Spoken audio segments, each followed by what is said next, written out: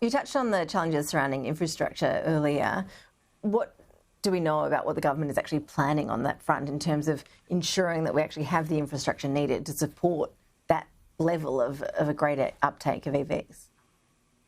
Yeah, from the government's perspective, they have committed $500 million to the Driving the Nation Fund. So those are in co-investment grants along with the private sector. So they will fund something like half of the cost of building a charger. Those are particularly looking at, for instance, in regional areas or in very remote areas where it's difficult to make the commercial aspects of building one of these chargers stack up, to make sure that those areas don't miss out on these charges. I think much more importantly than just what the government can contribute, though, there are already a number of companies across Australia building out charge point networks right across the country.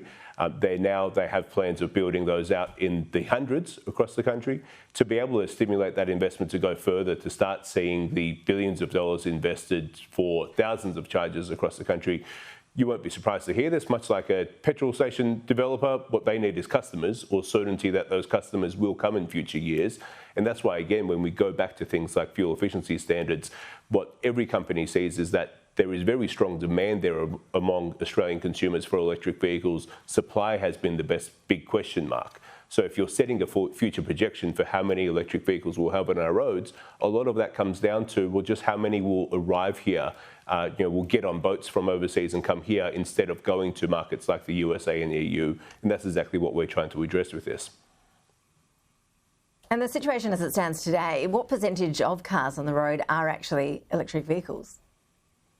Well, in terms of new vehicles sold, something like 6.5% of new vehicles sold every year now are electric vehicles. But really, and this helps demonstrate just how impactful that supply question is, really we don't use that at all to determine how many people want to buy electric vehicles.